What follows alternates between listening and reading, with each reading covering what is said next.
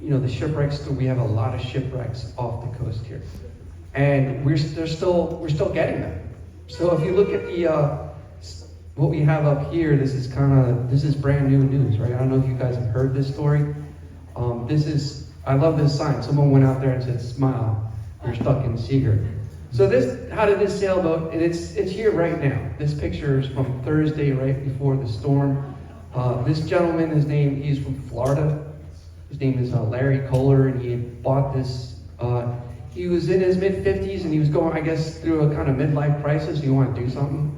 So he went out and he found a sailboat up in Great Kills in Staten Island.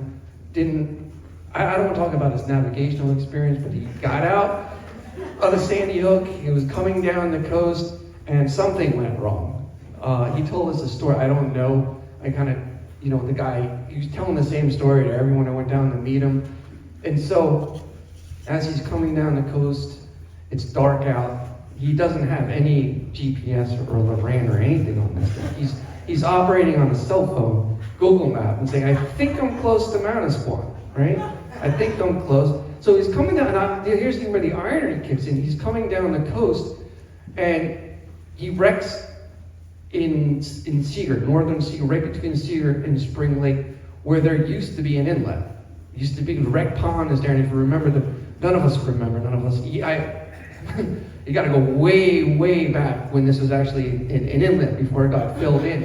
So there used to be an inlet there, and now they put the wreck outfall pipe. That's where the herring can come in, go into wreck pond, and there's a little beacon on there.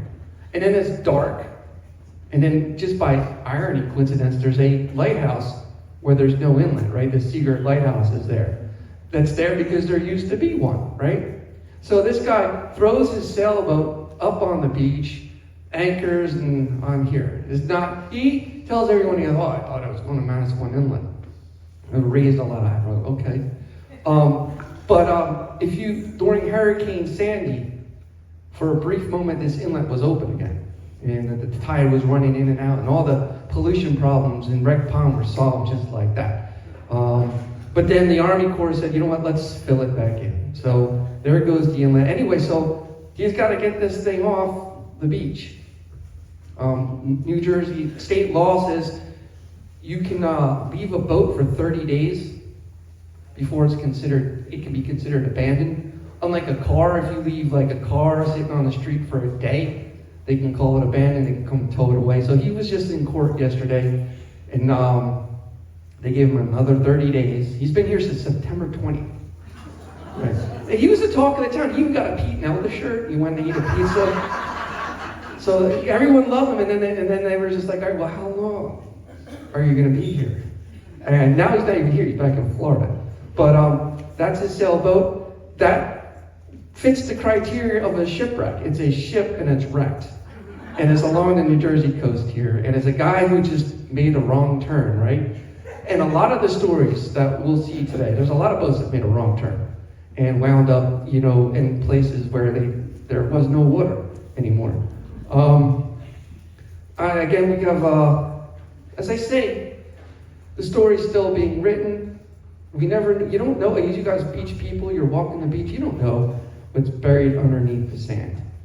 The shifting sands, sometimes they reveal things, sometimes the tides come and take stuff away from us.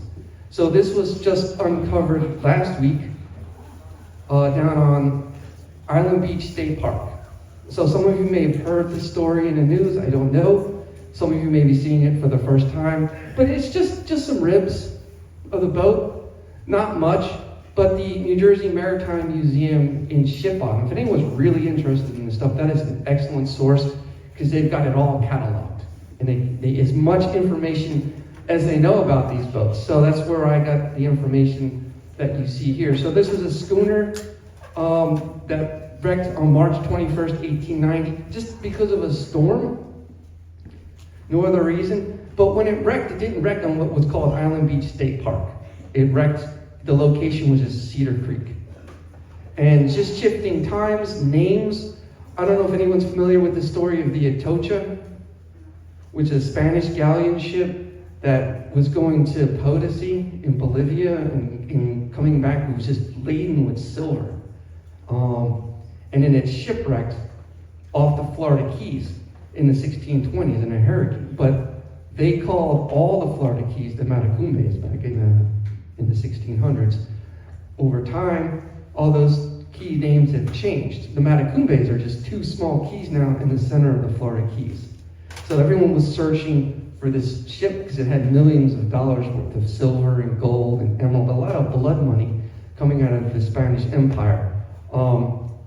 And an archivist went back to Toledo, Spain, and found an old salvage paper from a guy, his last name was Marquise. And he was searching for the Atocha back in the 1600s, but they hadn't named the key that yet. After his search, they named the key the Marquis. So today, the guy, his name was Mel Fisher, he picked up from searching the Matacumbes, went down to Marquis, and he found the Atocha, and he found millions of dollars of silver and gold and emeralds. And there's still money down there to be collected. That's the lure of going down to it. But again, so when it wrecked, it wasn't known as Island Beach State Park. It just wrecked at a place called Cedar Creek.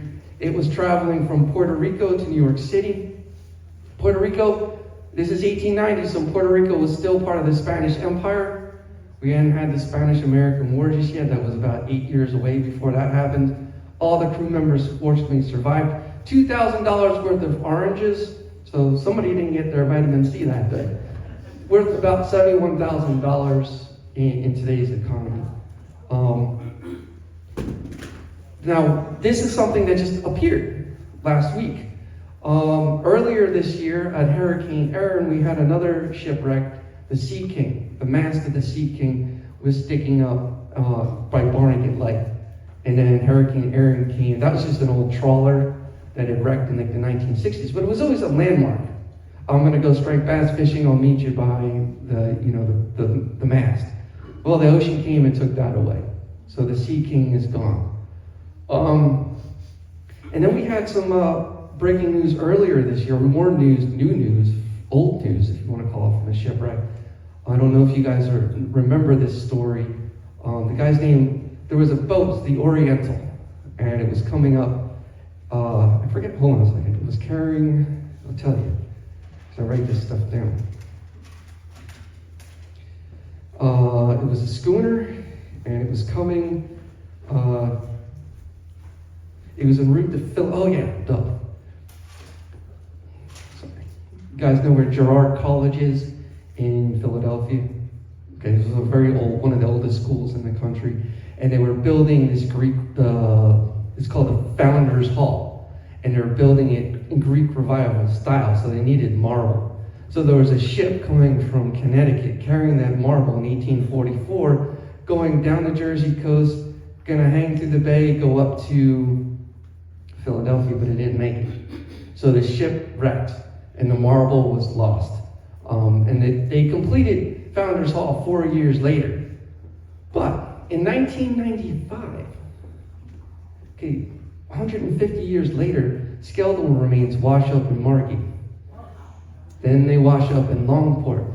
And then they washed up in, where is it? Longport, Margate, and Ocean City. So the police are investigating skeletal remains. Like, did someone just get murdered, right?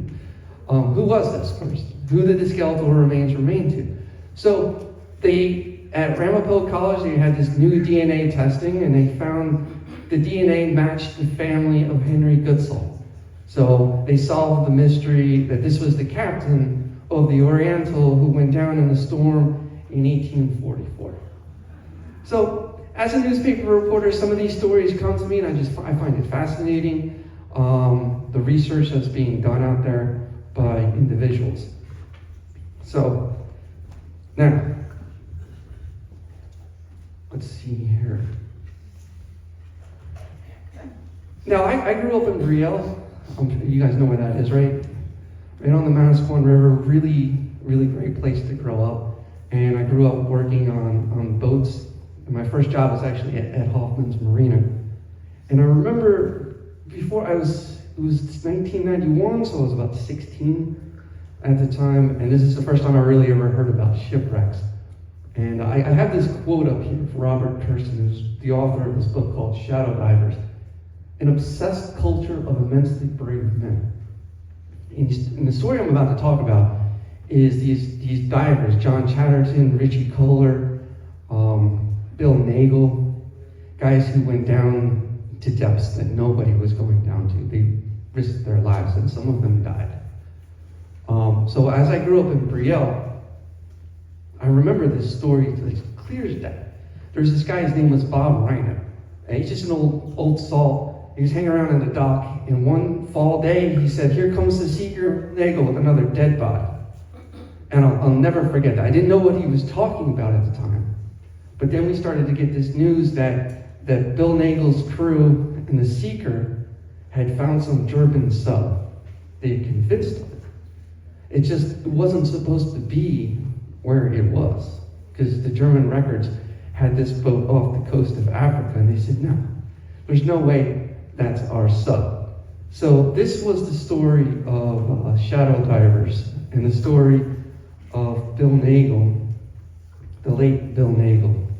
He died in 1993, just 2 years after they made the first discovery. So so shadow divers, there was a fishing boat captain who went out and got his net stuck. And that's how a lot of these stories began. A fishing boat captain is fishing, he's dragging the bottom, his net gets stuck or his anchor gets stuck, and he doesn't know what it's stuck on.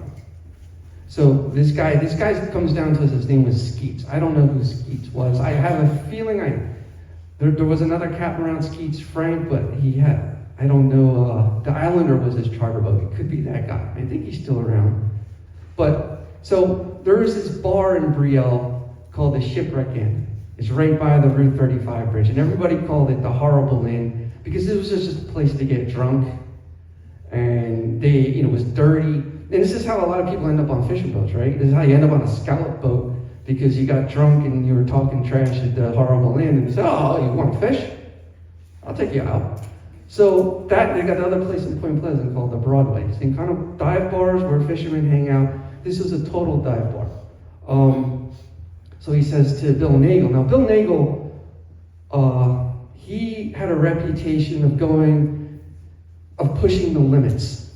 He had gone down, I'll show you a picture, he had gone down to spots on the Angedoria that no one was going down to. He was recovering artifacts that no one was going to. He got the stern bell, which I'll show you a picture of in a second. So, if anyone could do this, Bill Nagel could do it, but even Skeets was nervous to tell him this because it was very, very deep. He said, "Hey, look, man, I got the numbers, but it's way out there. It's on the edge of the cliff, the continental wall. It's in 200 feet. The current is really, really bad out there." He was almost kind of nervous to give him the numbers, but he did. And these guys, to be shipwreck hunters, you need to have a shipwreck to hunt. Okay, and there's a lot of them out there, and a lot of them have already been discovered already. But this is one that nobody knew about. Now, it's a great deal of effort to leave from Brielle, New Jersey, and go 65 miles out to this area for an old barge that got sunk for nothing. But it was worth the chance, right? So Bill Nagel put a very exclusive crew together for the first journey out there, and he took a man named John Chatterton with him. I don't know if anyone's heard of John, and hopefully he's not in the audience here, because he is, I've never met him, but he used to dive the dual wrecks out here, the Adonis and the Rustline. Those were his first wrecks that he was diving. He was in the Army, he was a medic, he was in Vietnam, and then he was a commercial diver working in the harbor, finding himself in the smallest, most narrowest crevices to do his work.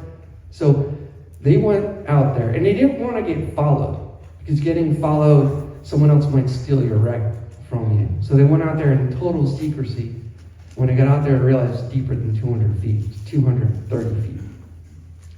They didn't find anything on the first dive, but Chatterton went down and said, "It's not a barge, it's a German sub.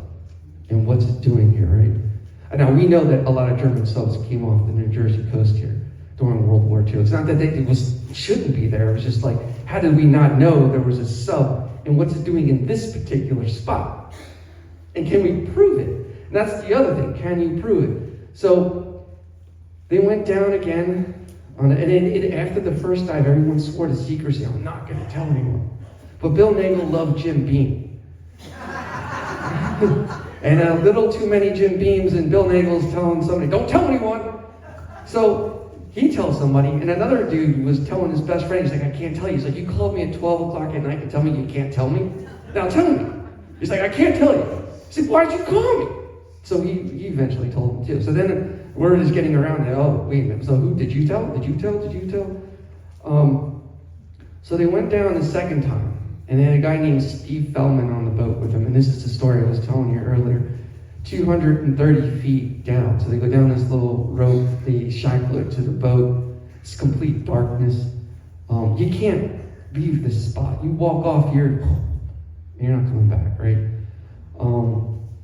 They don't know why or how, but 20 minutes down, they went to get Steve, and Steve was just not moving. His mouth was kind of just... And Steve had died. And they tried to get Steve up, but they couldn't. And the current took him. And coincidentally, they found his body in 1992. Fishermen found him. So sometimes the ocean's weird like that. It delivers up these things. Just like Goodsoul's bones got delivered up. So that wasn't the only person that died. And they would call this wreck is haunted. But on the third dive, and this was September of 1991. On the third dive, Chatterton, who just worked, he just memorized the stuff. And he actually went on another sub in Chicago to learn what it would look like in the inside. And from that memory, when he went down to this wreck, he said, there should be some cabinets over here. And he went in there and he got some plates out. And lo and behold, these plates had the swastika on it. And so that was big news coming up here. I know this is an old picture, you can't really see, but this is him with the plate. That's Bill Nagel with the plates, with some missed torpedoes. And this is the spot of the U-boat wreck. So Nagel had lost somebody on the Angedoria in 1985 or so. Then he lost another diver on the Texas Tower. So when Feldman went, that was the third diver that had. These guys are taking, risked their lives to go down these depths like that. And then two more people, a father and a son, Christopher Rouse, and Christopher Rouse Jr. died in 1992 trying to dive. Now imagine being down 230 feet of water in something that hasn't been disturbed since World War II. And shifting there, and they say the minute you kick the sand up, the dust gets in your eyes and your visibility's gone, right? Well, they got stuck in there, and they panicked. And they're using up their oxygen, which is, you can't do. I don't know, I'm not a diver. I have nothing but utmost respect for divers. But them and astronauts, right? So they get out, it's too much time, they don't have time to decompress. They get the bends, and they come up and they're just dying. One of them died on the site, the other one died on transport to the hospital. So 3 people died trying to figure this out. So it took them 6 years. They knew they had a German sub. It took them 6 years to identify it. And they knew that the only way they had to get a plate. So a shipyard marker thing that had the name on it, the boat number. And they found that in this little crevice in a toolbox, had U869 on it. And then they realized, hey, Germany had sent that sub a note of radio message to go to Africa. It never went. It stayed here. Now, how did it sink? Now, they were out here trying to disrupt our cargo and our ships, right? And either it sent a torpedo and it did a circular and came back and it was self-inflicted. There's also a report of 2 destroyers dropping depth charges. And then they believe they hit something. The Navy takes credit for it. Chatterton is convinced it was self-inflicted. I don't know who is correct, but nonetheless, 6 years after the initial dive, did they identify U869? And then they went back to Germany and they were able to tell the relatives, hey, here's where your family's finally resting place was. they are able to retrieve some kind of artifacts. So with great determination and risking their lives, we have the story of U-869. And that's what first kind of got me, interested or even knowing anything about this, is just hearing these stories as they came in. Here is Bill Nagel, a younger Bill Nagel, with the bell at the Androdoria, going to places where no divers were going at that time.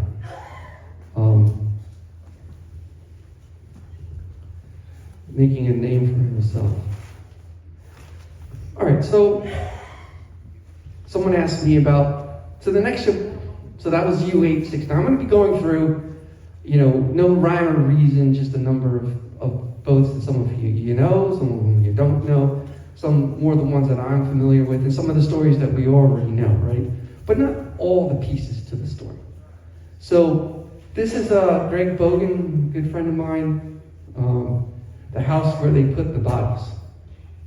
Now, if you know the Bogan's Basin, it's under the 35 bridge on the Manasquan River, just a few minutes from the ocean. These guys, generations of family fishermen, originally it was 3 brothers, and then their clans, there must have been 100 Bogans at one point, right? And they had like all these boats, and that's kind of where I grew up. And they have this one house that's on Green Avenue now that they picked up on rollers and they moved it. It used to be on the Manasquan River. And so I went out there, on anniversaries of these things, they send us out to go get us a story we haven't heard yet. But that's kind of hard with the Morro Castle, because just about every story of the Morro Castle has been told. But this was one that was kind of not told, so I went out to Greg. I always knew this story. So I'm going to show you a little video. It's short, so let me pull it up real quick. This is just Greg, and it's going to be quick, so. This house, I'll let him tell you the story. I can shut my mouth. Let me get here for a second.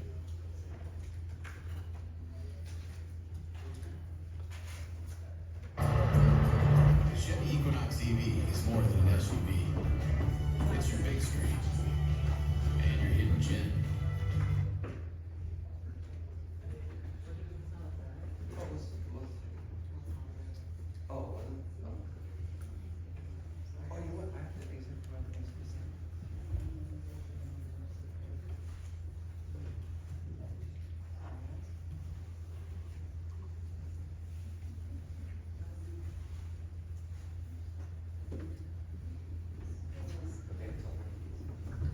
But I have to go back to it.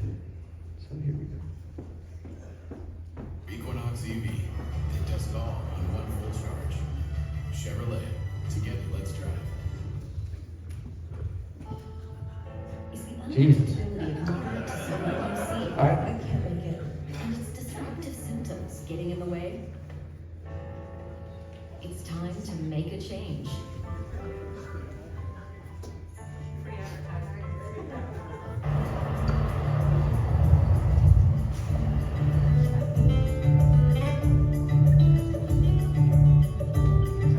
This house has a history to it as far as the Morro Castle Rescue. What took place at this house? Yes, this house we call the Big House, which is a 4-story house. It's been part of the marina since the early 30s.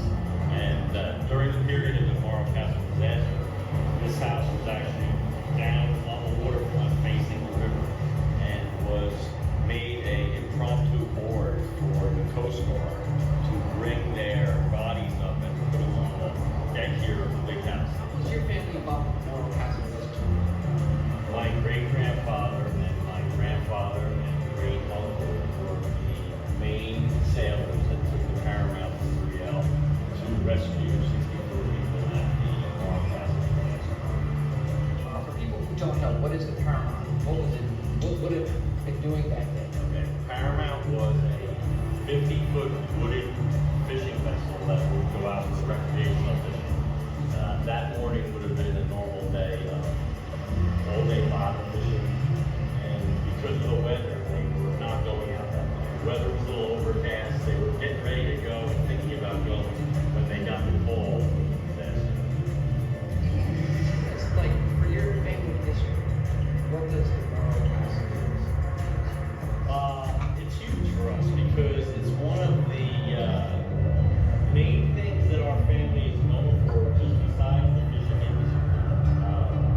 because it was such a big deal and so many people were saved and a big thing that happened in this area, people never forget about it.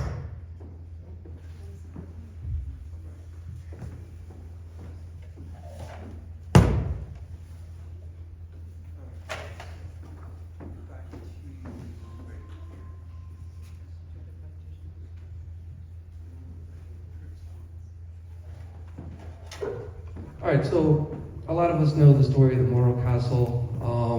Ocean liner en route from Havana to New York City, kind of seedy, right? Probably a lot of drinking, a lot of partying on this vessel. And then we don't really know what happened, right? Supposedly a fire starts in a closet and it burns through the electrical cables. The captain had died the night before after dinner. So they had a new captain taking over. I don't know if it was food poisoning or what, but that makes a lot of suspicious to me. How did the captain die, right? So they got the second captain in charge. So the boat catches fire. It's burning through. Now, the people could have lived, but the incompetence of the crew, they only released 6 of the 12 lifeboats. And then the decks got so hot that people were jumping for their lives, like 9/11, right? And dying when they're hitting the water. Or preservers are landing on them and snapping their necks. So 137 people died. The fire's cause was never officially confirmed. Now, originally, this guy Rogers, what was his name? Why is this? Sorry, that's the Bogan family. Give me 1 sec. His name's right here. George Rogers. He's the radio man. He's originally considered a hero, right? Because he doesn't leave his station. But then he goes back to Bayonne, and he's working in the police department, and he's running his mouth, and he's saying, he knows too much about the fire and how it happened. So the police chief's like, I think this guy did it. And before he can do anything about him, he tries to kill him with a bomb.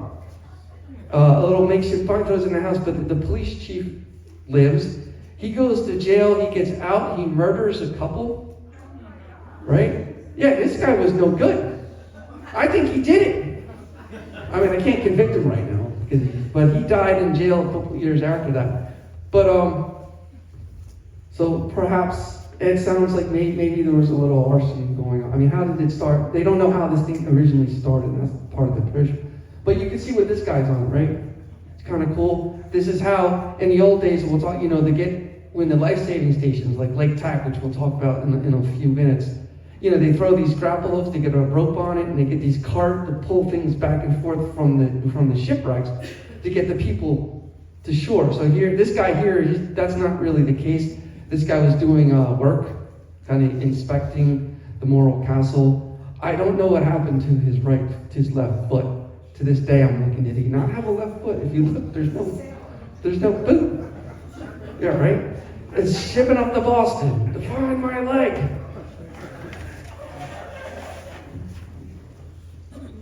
All right, and this is a picture of the Bogan family. It was John Bogan Sr., John Bogan Jr., and Jim Bogan, brothers, who went out there. The way they described it, he was just kind of hooking bodies out of the water. Dead, just floating by. Again, a lot of these are they're tragedies. We're far removed from them, but they live on in lore. Now that's a good story. It goes with the Andrew Doria. So while the Andrew Doria was catching fire and burning and just drifting inshore from Long Beach Island all the way to Asbury Park, I mean, people are watching this burning. They're throwing stuff to try and stop it. So one of the things they threw was a 500-ton or a big 500-pound anchor to try and slow the thing down. Didn't work. The anchor snapped, and they never went back to pick the thing up. So it was lying there. Around 2011, a fisherman snagged it in a net and got this thing up out of the water, but couldn't get into the boat, and it dropped it.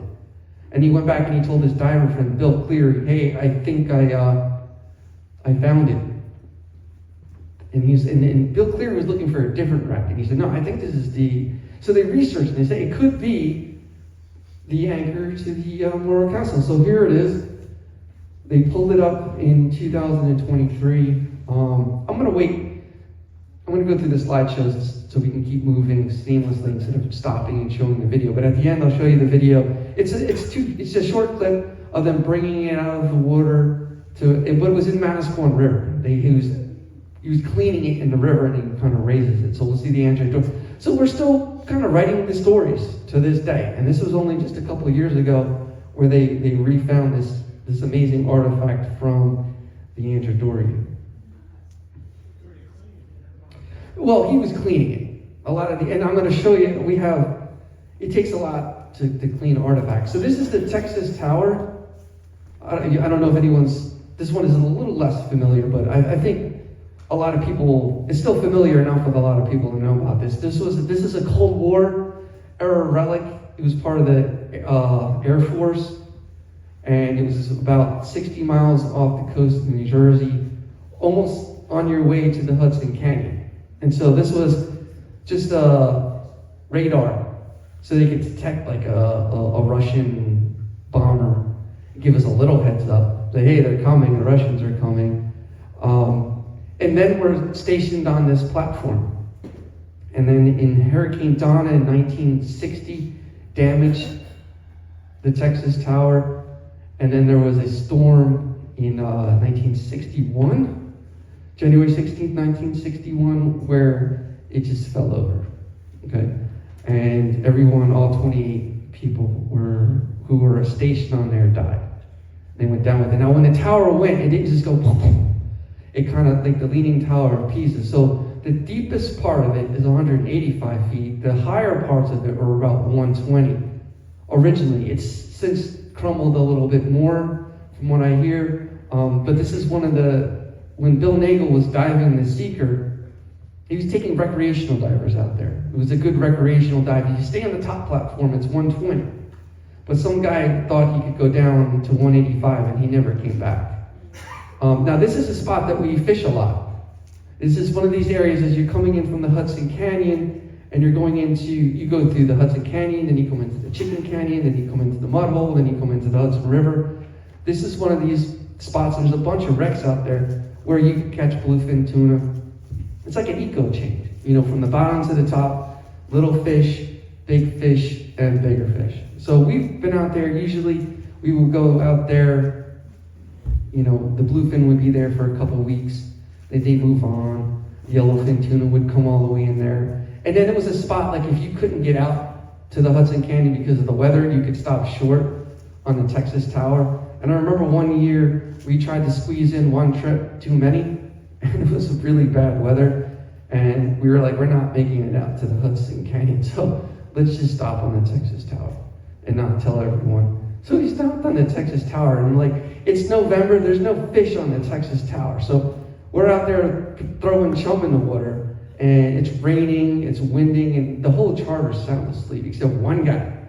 One guy's got to go in the back of the stern. He's stripped down in his boxers, hanging out in the back there. I'm like, this guy's nuts, right? And I was never going to catch a fish, and all of a sudden, like 3 o'clock in the morning, he hooked something. We're like, great. So he's got something. Turned out to be some big, ugly blue shark. But, stuff on the Texas Tower. A lot of fish on there. Really good fishing spot.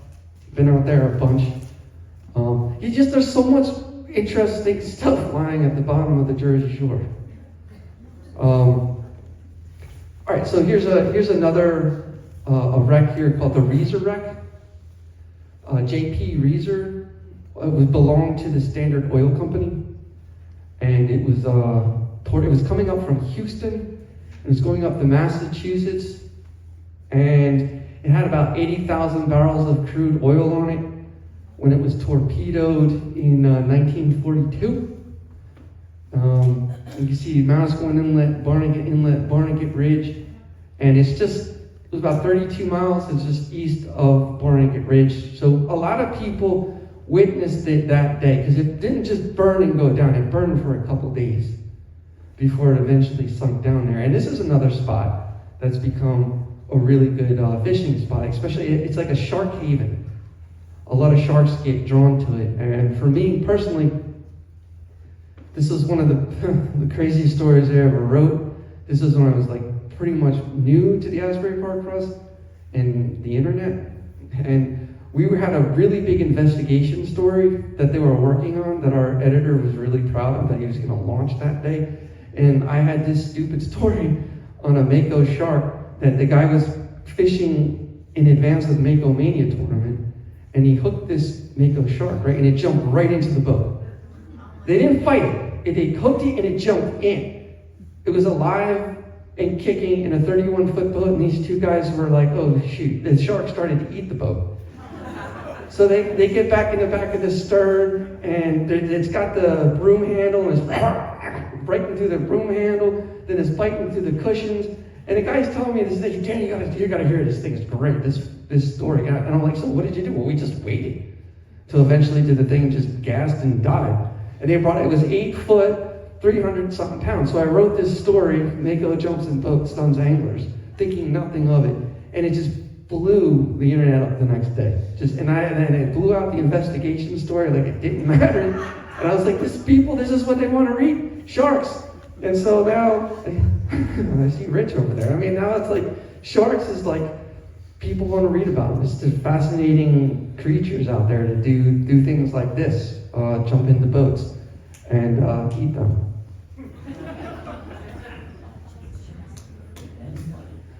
All right, so this is just, so again, this German sub, it sank this boat, it sank a destroyer, the Jacob Jones, and then it went home. And then a little bit later in its life, this boat, I forget I have it written down, it doesn't matter.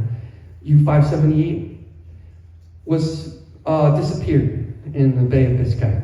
Just never heard from again. It's down there somewhere, waiting for some fisherman to snag it, and for some diver to go down there and identify it. But it hasn't been found. But that is a picture that was in the Asbury Park Press. It's February 26, 1942.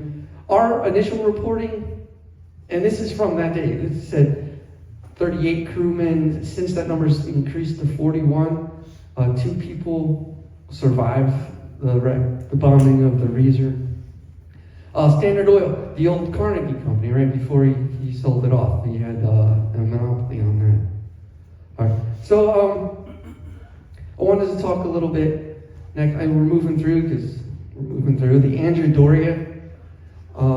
This is where I'm talking about. The Andrew Doria didn't happen here, but some of the divers who brought those artifacts back to us, and so it's Bill Nagel dove it, so I brought it up, so I might as well talk about it. At the time of the crash, I was dancing in the ballroom. 16-year-old Barbara Bliss from Massachusetts, one of the Andrea Doria survivors. So this was like the crown piece of the Italy's ocean-going liners that carried immigrants from Genoa, Italy, to New York and back. It was relatively new. It only been in operation for a couple of years, the Andrea Doria, before tragedy struck. Even though it was tragedy, it's one of the good stories because almost everybody survived. There were 1,706 people. So what happened was, it's going in its route to New York City, and the Stockholm is going back to Sweden. But it took the wrong route. There was an established line that was supposed to go, and it went 20 miles south of that line around the Rhode Island lighthouse, and it wasn't supposed to be going in this direction, and to put it in a collision course with the Andrea Doria. And you wonder, how can this happen, right? There's so much space out in the ocean. How can you not turn? If you've ever been out there, sometimes things just appear out of nowhere. And the radars aren't, in a GPS, they don't have that back then. All right, and so you're sending out a foghorn, and you don't know what direction this guy's going, and you don't know what direction you're going. And so you make a turn, and they make a turn, and you both turn the wrong way. And that's what happened. And the Stockholm smashed right into the Andrea Doria, but it didn't sink. The Stockholm was able to pick up about 600 passengers. There was a number of boats that were in the area. This is a major shipping lane that were able to redirect. There was a United Fruit Company boat, you know, Chiquita, that was out there that redirected. There was an Italian liner, there was another liner that was going back, and it was like, it took a chance to return. It wasn't sure if I return, I'm really off schedule, if this is a hoax or not really what the radio call is, but he went back. Anyway, everybody was picked up. It was 10 hours for them to get off the boat, but we have somebody who was on Andrew Dory in the audience today, who's going to come up in a second, not on the Faithful trip. He was on the trip before that, and so, you know, the joke is I'll tell you, whatever. So, husband and a wife being reunited. So the top deck fell in 160 feet of water, the ship settled in 250 feet of water. So I got to get the next PowerPoint up real quick. In 1 second. Do this.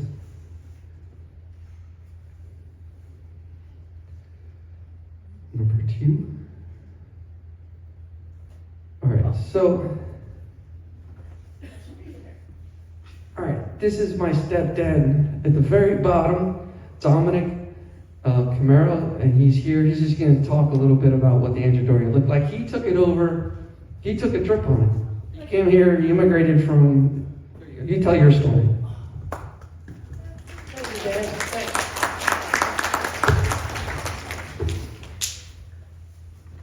He didn't mention that they both had radar at the same time. Both ships were trying to avoid each other, but I guess they didn't really think that they were that close to each other because it was kind of a new technology at the time. And one of the nice things about the plus about the tragedy was over 1,600 people survived, as mentioned up there. 46 died, and there was one miracle. A girl was found on the Stockholm that was on the Anadoria. They found her alive, which was incredible. There's so much history behind the ship. That was the ship was the 101st voyage from Naples, Genoa, Naples to New York. And I was on the 95th ship, which was in April, around the middle of April. We arrived in New York City, and I recall seeing porpoise for the first time. My eyes were big because I was only 7. Well, actually, in Italy, when you're born, you're 1, not 0. So I was 7, but actually 6. And my sister was 4. And also, the ship was considered as a floating art gallery. It had millions and millions of dollars worth of art on the ship. Beautiful paintings. The dining facility was fabulous. It was considered the preferred luxury ship at that time. The Anadoria was about 700 foot long, about 90 foot wide. It had about 11 compartments on the ship for safety. It had 3 levels. It had the first class level. Each class had their own swimming pool in the back of the ship. The second level was the cabin level, which I was on. And most of the tourists would be in the lower level, which would be the majority of the people on the ship. So the thing I remember is the spumoni ice cream. Now I love that. Tasting ice cream was wonderful. But if people were dressed up, as you can see how we were dressed, that isn't a man bun. That's not a man bun on me. That was just, my mother used to curl my hair. You could see how she curled it.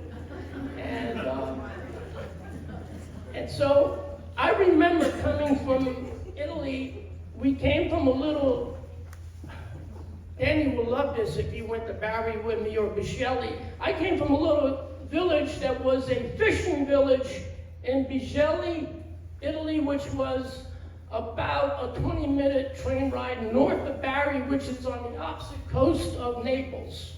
And it had a rocky little coastline, little pebble stones, beautiful clear water. And our weather there was like South Carolina. I never saw snow in my life until we got up on over the mountains to get to Naples. It was all white snow, and I never saw anything like that before, so it was interesting. And so the other thing I wanted to show you, this is a really beautiful picture of the Anadoria. And as I said, it was a beautiful luxury ship. It was the pride of Italy, and it had a sister ship, the Colombo. There was another ship, Colombo something, I forget the name of the other one, but it was an identical ship, but it was all white. This one was black with a white stripe along the top and a red top on the smokestack.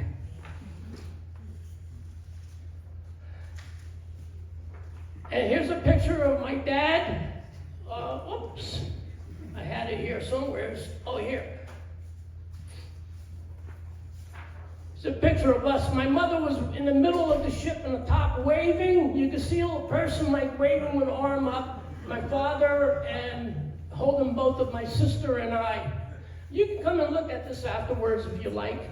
And there's a wonderful book written by The Last Voyage of the Anadoria, The Sinking of the World's Most Glamorous Ship by Greg King. It's on, you can order it online. And just to put it in perspective, the Anadoria being 700 foot long was like a floating hotel. Ocean liners today are like a floating city. They're 1,200 foot and they're like 20 stories high. The Titanic, I have a great book on the Titanic. It was about 200 foot longer and might have held more, I'm not sure of the capacity of the ship. But the style was different. The Anadoria was the latest modern technology. It had everything that you would want on a ship during the 1950s. It was just beautiful. Anybody have a question? Okay. Danny, thank you.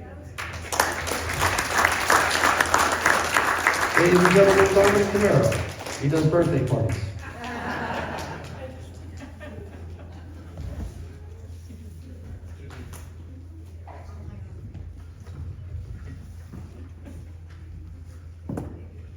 So, when we get to the end of this, I'll show you this. This is Joe Maserani and Pound Zajac in this photo, this pulling up the foghorn to the Anadoria. And it's all covered in coral right now. Doesn't look like it can function, but they spent a lot of money and a lot of time, and they got this horn to blow again. So if you have time at the end, I'll show you the video of this thing sounding for the very first time since it went down. Over here to the left, that's Andrew Nagel. That's Bill Nagel's kid, still diving, following in his father's footsteps. The picture to the left is the one he took. They had to go really far down to 250 feet of water to get the foghorn. It was in the debris field. Like the Anadoria is the Mount Everest of wrecks, right? And a lot of people have died trying to go down 250 feet. And when they found the U-869, they changed the mix to the trimix. Oxygen, helium, and nitrogen, so they could stay down in the water a little bit longer. Because you only have like 20 minutes to work in these conditions. And this is in memory of Joe Maserani, who passed away this summer, diving off the Georges Bank in deeper than 200 feet of water. They had just discovered the Steiner, which had been a boat that had been missing for about 100 years. They went down there, they found that boat, and then a trawler, 1929 is when it disappeared, about 200 miles from Nantucket. That was one of the last boats he died. That's not the one he died on, but it's one of the last boats that he was. And this is a big discovery to name this boat and put it in, give that to history. And then I just wanted to say in memory of Joe. I met Joe and his wife. They're really, adventurers. Now, this is my absolute favorite story. This guy's crazy, man. His name is William Sharp, and he's holding in his hands the New Jersey State record lobster. It is a record that will never, ever, ever be broken. Not because you can't find a bigger lobster than that, but New Jersey regulation says you can't catch lobsters this big anymore. The carapace was 7 inches, 7.3 of an inch. You can't catch them that big anymore. I think the limit now is 5 1/8 inch lobsters. He was so big he couldn't cook the thing in a pot. Oh, he had to break it. He cooked the claw one day. Took him a week to eat it.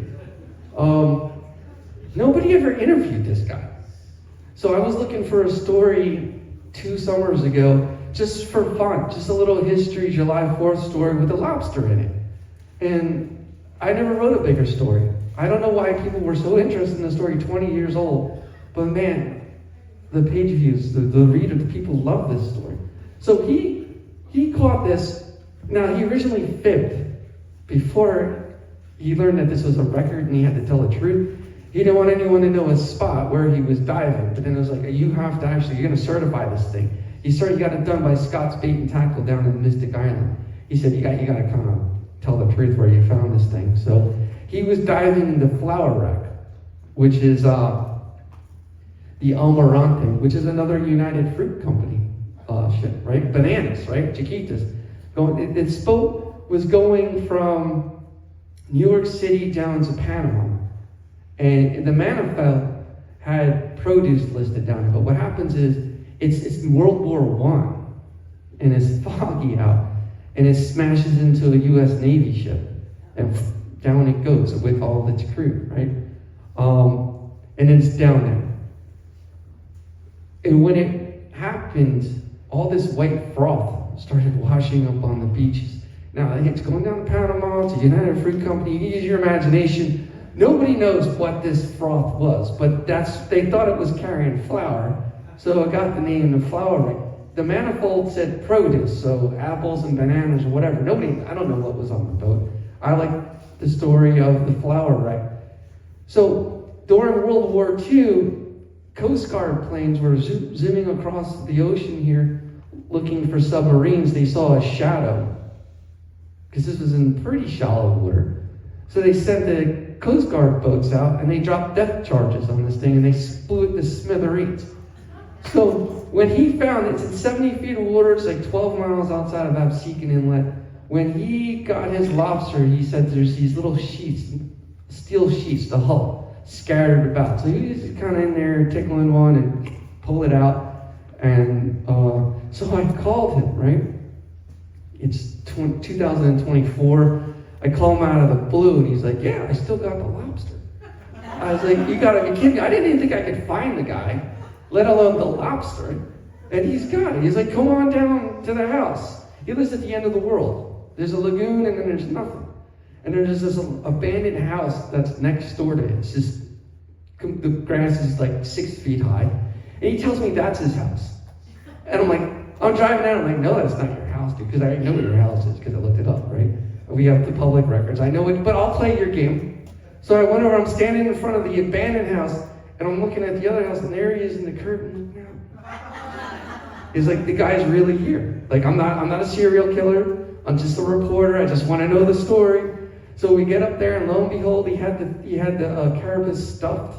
The shell, it was completely white, and it's dusting, and he knew the whole story. Sit down, he told me more than I wanted to know. But great story, and it's one of my favorite wrecks. The Flower Wreck, New Jersey State lobster, and William Sharp with a catch of a lifetime. It took him 1 week to eat that lobster.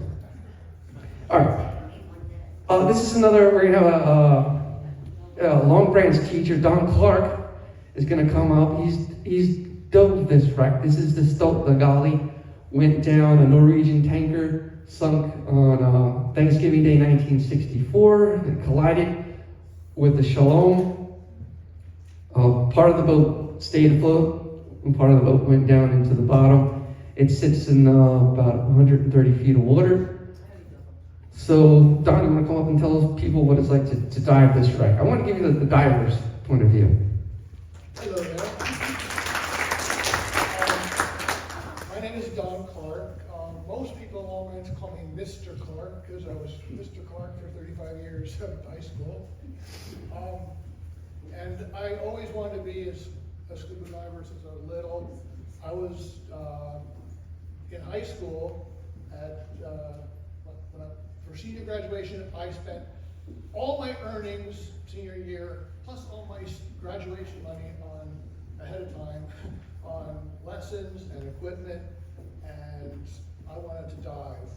And scuba diving began like in the 40s, like Jacques Cousteau first. I mean, it began way beyond with just the diving bells and stuff. But the first real, what we know is scuba diving, was Jacques Cousteau in the 40s, and during the 50s and 60s, they started developing. They learned how to, work things and stuff.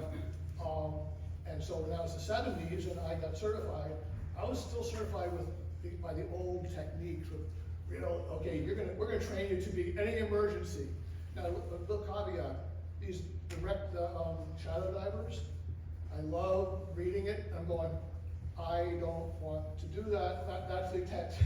But I did. Like, okay, I want to go so far, no further. This is the Stolt Kigali. When I got certified, I did a bunch of reps. There's a little how I was trained, which they don't do this at all now, I heard. But I was trained under old style. Okay, 60. This is how you're going to be trained to be a Navy SEAL practically. I had to stand at the side of a tank, of the pool, a black mask, my tank off, my fins in my hand, jump into the pool, and then you had to turn on your air, grab it, assemble yourself, put on your fins, all blindfolded, so you can't see what you're doing.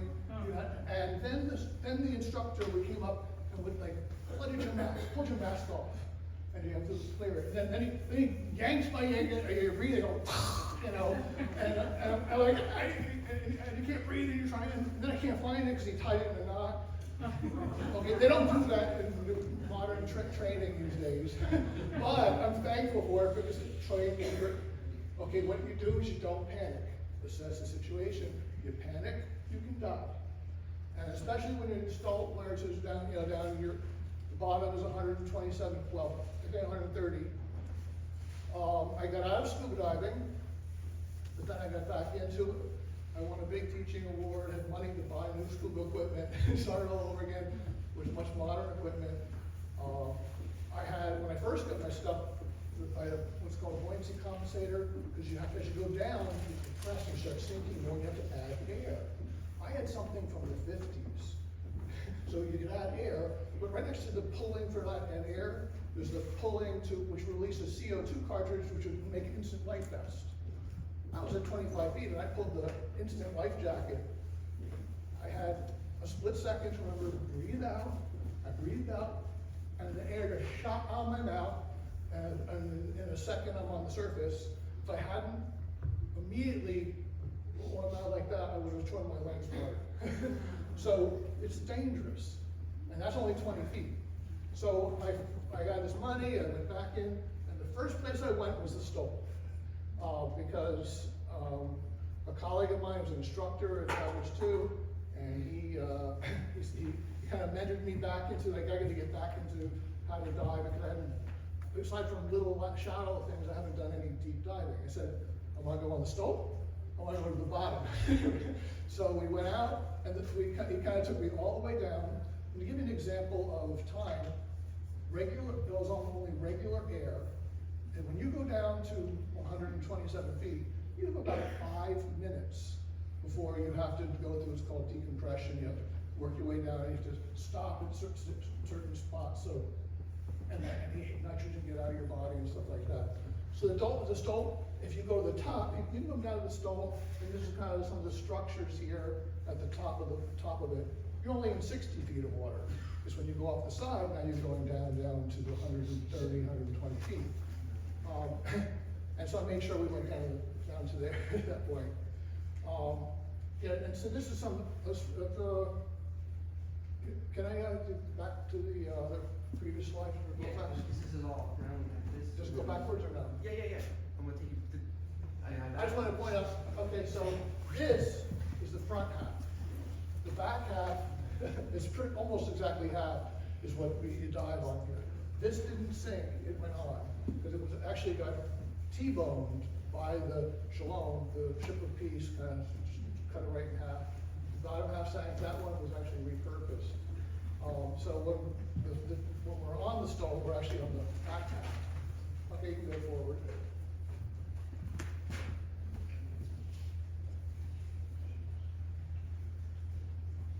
And I don't know what, I said, Just those two. just those two?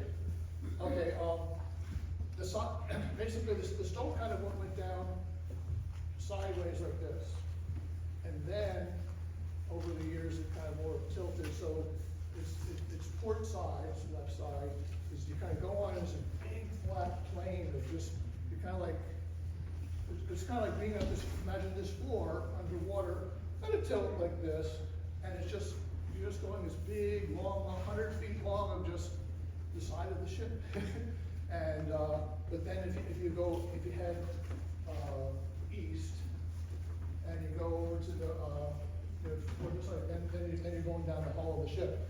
They say going down the side of it, as you go deeper from the 60 feet where this is, the side is just like encrusted with anemones, a little bit of coral, not so much, but it's very similar to when you're going, they say going on a coral reef.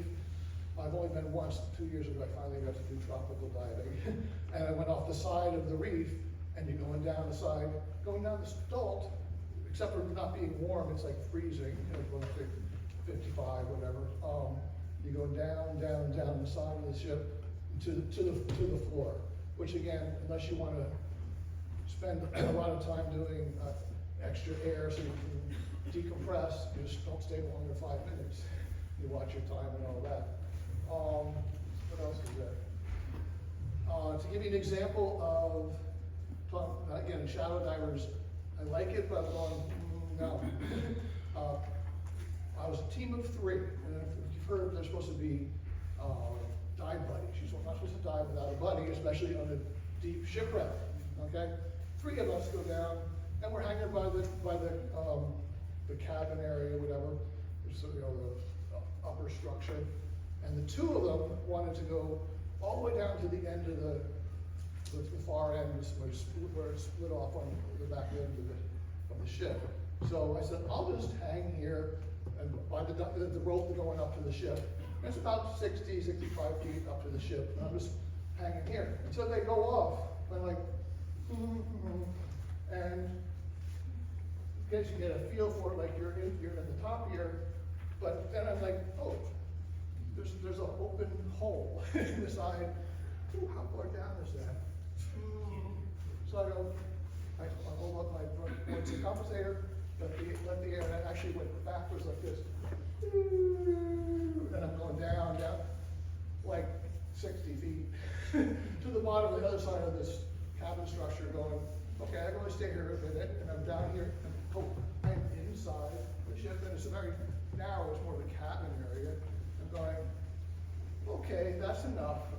I can still see where I'm going to get out, and I went back up again.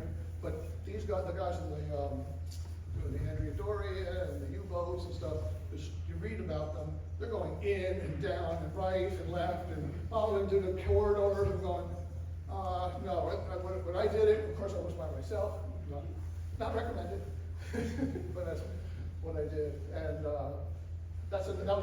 As long as I could still see where my escape route is. Then I went back up and my buddies came back and we went up the rope and that was that. But the stove was fun. I've been there about 7 times. Going mostly out of Belmar, I think once or twice Point Pleasant, and you head out. Just head out like kind of just straight out east, maybe a little north, and about 18 miles. About 2-hour trip on a dive boat, and so it takes a while to get out there. You're on it for. Usually something like that. You do 2 dives. You do a dive. You wait an hour so you can get a chance to get off gas. They call it. And then when you've been at least an hour out, and you go back down again and you get some time back. Usually your second dive has to be a little less time because otherwise your nitrogen is built up and there's only so much you can build on that. I learned because I was old school when I was taught, it was all tables, okay?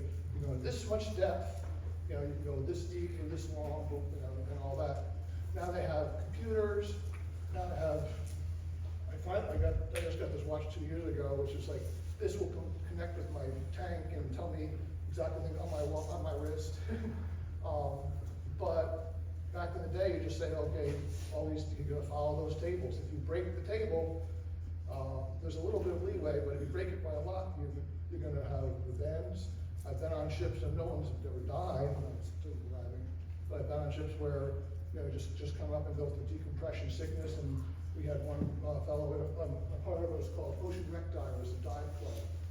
And we'll talk more about the other one later. Yeah. Yeah, we have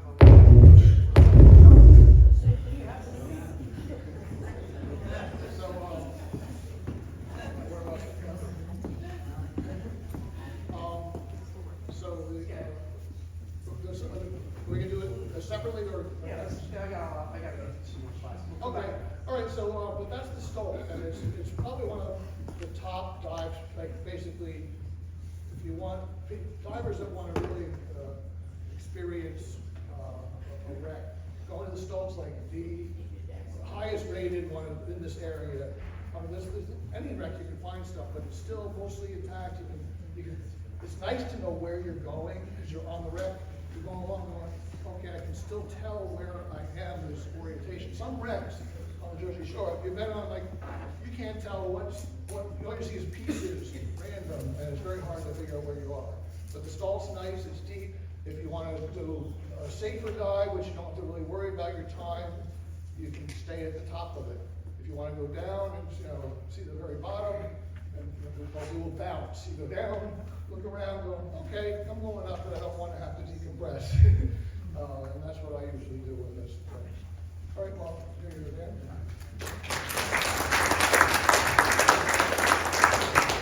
It's good to get the diver perspective for what it's like to go down and do these things. I'm going to skip a couple of slides, and I want to get specifically to our long branch boats, because I know it's after 7 now, and I could talk ad nauseum about these things, but let's get to our local history. Go through these, and then so we had a bunch of wrecks, a bunch of mishaps, unfortunate incidences. I'm going to go through these generally pretty quick, and then we're going to get to everyone's favorite dual wrecks, and we'll bring Don up, we'll bring Rich up, who've pulled artifacts off of that. So some of these you may have heard of, some of you may not have heard of. This is the Charles Buckley schooner. It beached at North Long Branch. It was coming from Jacksonville, Florida, with a cargo of lumber. 8 lives lost, just at the, right before the beginning of World War I. We're not quite there just yet. April 16th, 1914, Charles Buckley. This is a crazy one. This guy shot himself. Yeah, tried to off himself and his crew too. So sailing vessel back what they called Atlanticville back then, Monmouth Beach, February 3rd, 1880, shot himself in the bunk. He recovered, whether he wanted to or not. He's still alive. And then most of the crew here was saved. But I think of Lawrence Kohler's sailboat. Just a sailboat washes up one day, took the wrong turn, and here it is. Things you never know what the tide brings in, right? The Whitmere sailing vessel came ashore March 1882 in a blizzard, pushed it in. Fortunately, nobody died. The boat survived, just temporarily sidelined here. The Pliny, that wrecked a British steamer coming from Brazil with coffee, hides, and a crew of 36, 25 passengers came ashore during the nor'easter deal Elberon line. Pliny is a spot, another dive spot people like. The New Era, I think a lot of people know about this one, right? The New Era, this was an immigrant ship from Bremen, Germany. This had a hell of a journey to get here, pardon my language, but they had cholera outbreak on the boat, and their people are dying. It was leaky, right? And they're bucketing out the water on the way to New Jersey, and then it hits a storm, and it wrecks right off Asbury Park. I mean, they're this close, After all the heck they've been through from Bremen, Germany, going down that way, across here, probably didn't think they were going to make it to crash here, 150 of them, and then they're buried at that old Methodist church, right? Not at the actual church burial ground. There's a whole bunch of deeds. I don't know who owns what anymore. They're buried back there. I know it's been overgrown and they're trying to keep up with it, but that's where a lot of people with the new era ended up, in West Long Branch. The Bertha, this is by the old Elberon Hotel. This is just a Danish sailing vessel coming from Brazil, going to New York City. Again, hits some fog, hits a storm, hits the coast. Welcome to Long Branch. The Malta. I'm sure you guys have seen the Malta. This isn't really here anymore. You see that, the stern marker. This boat, the Malta, I don't know too much about it. It's a British schooner. It sank. Now, if you're going down Belmar, right? I haven't been down this way, so I don't know if it's still there, but I used to live on 10th Avenue. And I would go surfing between 10th and 9th Avenue, and this little stern post was sticking out of the water, and a couple times I almost hit it. Just because you surf and the wave would take you that way. I don't think it's visible anymore, but if you've been to the 7-Eleven, you've seen the mast, right? That big pole that's sticking out, and that's this boat's mast. And it's connected to the sewer line. And they just took it off the boat and they stuck it there. So next time you're going down Ocean Avenue, Belmar, and you go to the 7-Eleven, that's the Malta, that big pole that's sticking up there. And this is one of the few wrecks that I've actually dove, because it's only in 8 feet of water, and just wipe outs and you see the bottom. It's all covered over. The thing is, it's covered over in sand. There's nothing to see down there. So that's kind of a joke. I don't have much of a dive story. All right, so now we're going to get to the dual wrecks. Now, from what I understand, this is a pretty popular dive spot for guys in the 1960s. A lot of the divers, skin divers too, because it's only like 25 feet of water, so if you can hold your breath, you could have went down there. And I think a lot of the artifacts have been taken off. This boat you're looking at, this is the Rustland. Came ashore opposite Grant Cottage. Ship was lost, 200 passengers were saved. But the other one here is the Adonis. Now the Adonis 2 was built in Bremen, Germany. Now I don't know if anyone's familiar with Bremen, Germany. It's like a little river, takes you out into the sea, and then you skirt the coast and go out to the Atlantic Ocean that way. So it's not directly on the water here. So the Adonis was what they call just a wooden bark, and it was carrying. Let me see here real quick. Give me 1 sec.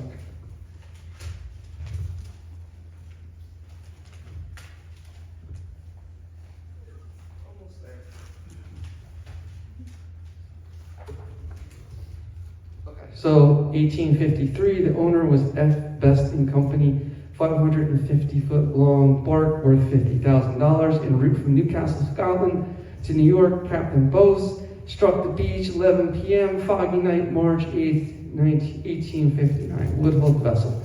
On this boat was a lot of grindstones, lead ingots, flint, caskets of alkali.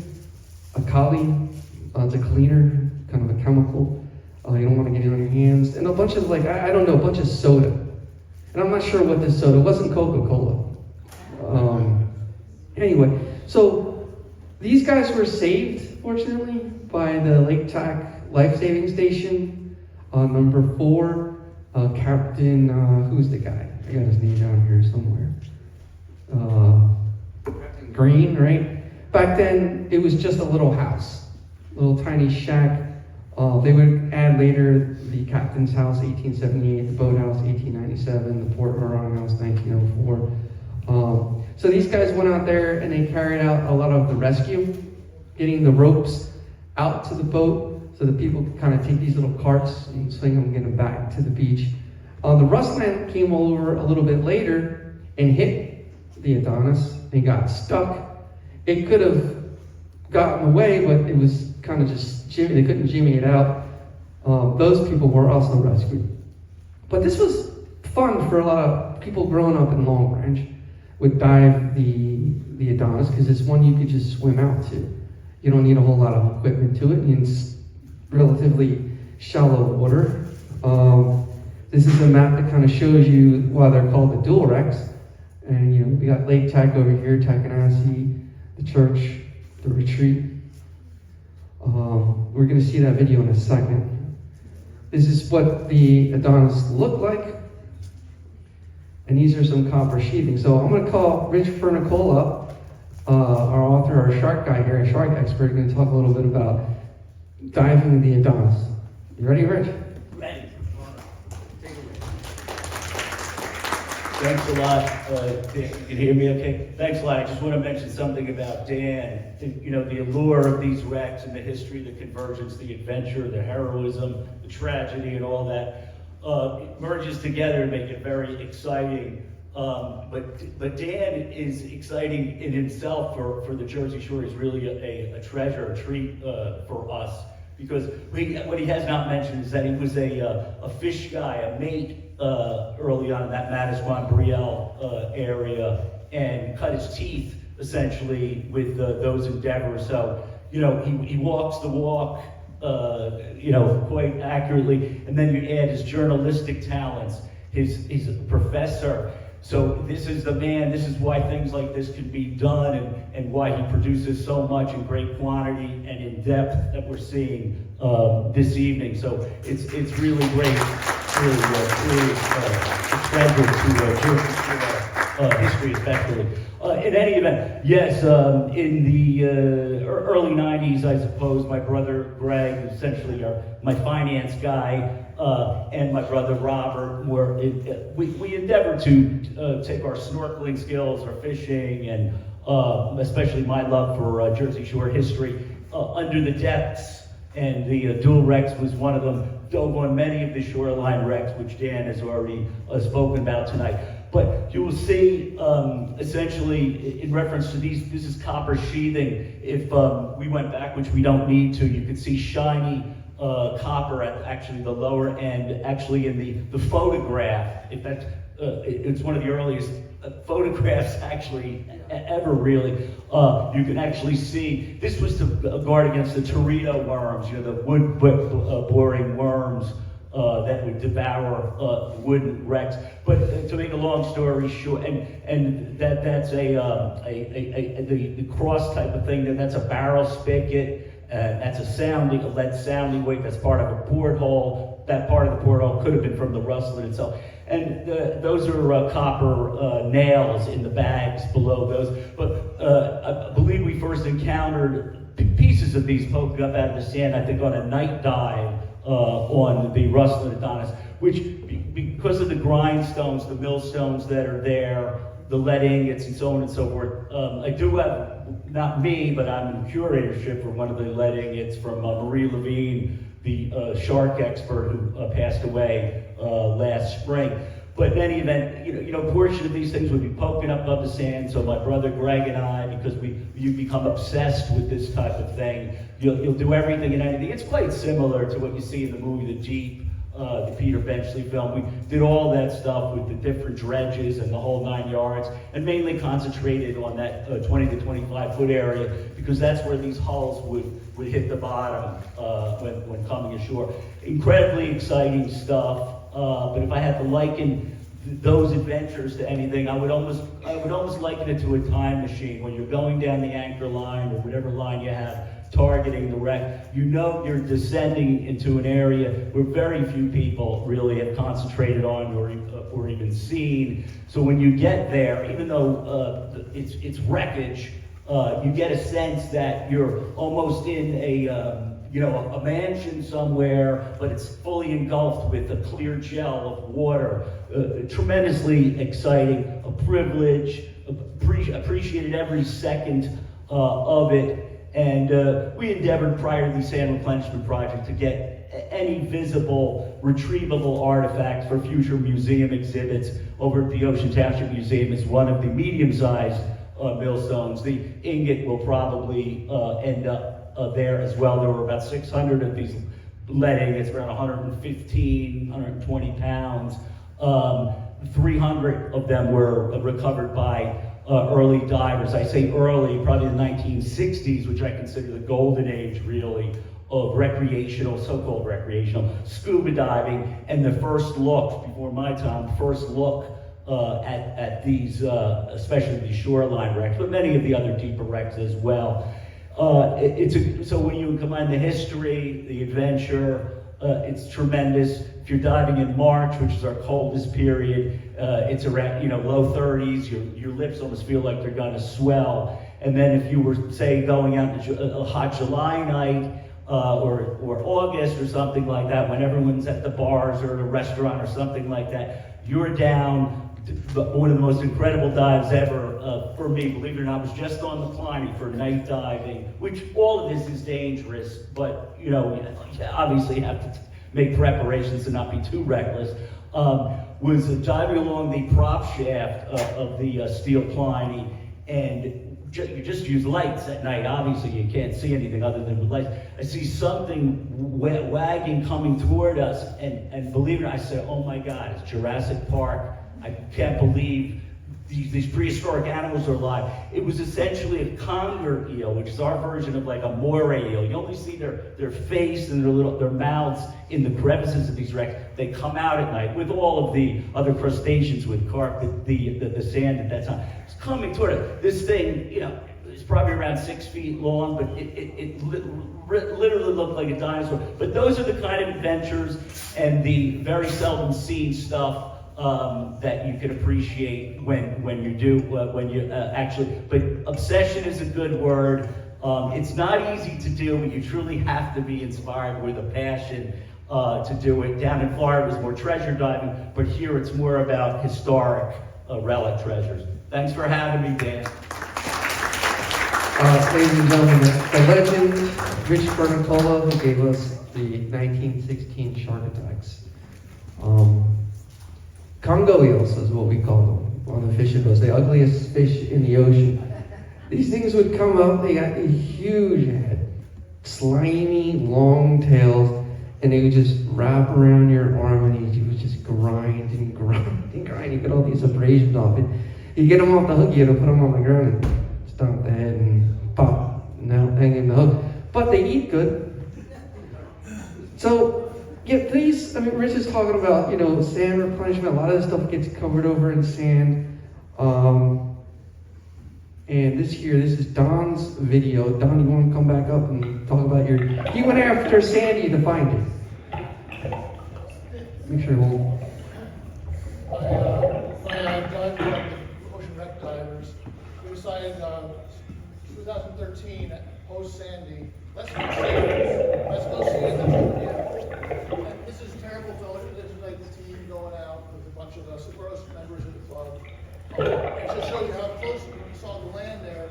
We just wade in and you just swim out, and before you know it, you're 22 feet. You're going down looking. Thank you. So it's not very good. I had a point and shoot camera. You just pull it out of your PC. You take a picture, video, you put it back in. It was very low tech, but it was underwater. But still get used to it. So that was just a little video. But there's about 12 of us, 15 of us. We all just went out. We're searching, and there's 15 people. We know where it is. It's only you only got to go 50, 20 feet or 50, 100 feet offshore. We couldn't find it. We were 15 people searching, going down, going out, crisscrossing. Could not find it.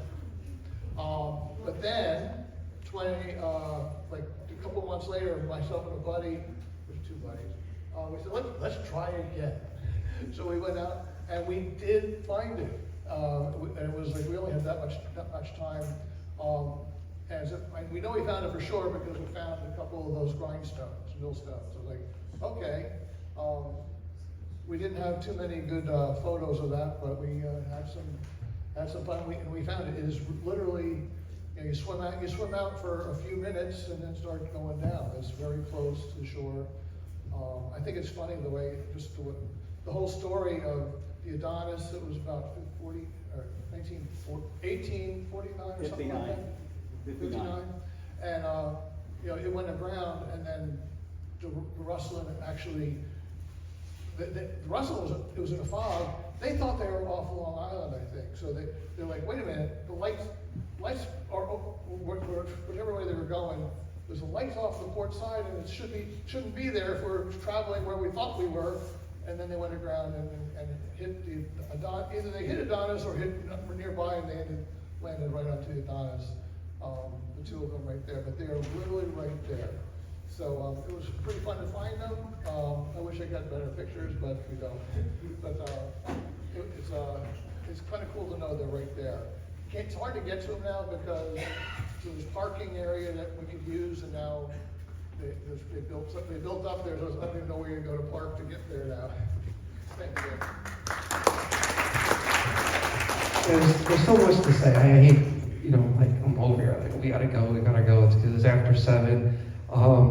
There's a couple of slides we didn't get to, but we want to cut it here. Hope you guys enjoyed it tonight. I see a big audience that is into this stuff. So I think maybe we can do it again, maybe in the summer. Maybe there's more wrecks to talk about. There's more stories. Like I said, we're still making them. I appreciate you guys coming out on a cold night like this, and I hope you enjoyed tonight as much as I did talking to you guys. And I'll see you around. You know where to find me, all right? Take care. Have a good night. Drive home safe. Stay warm.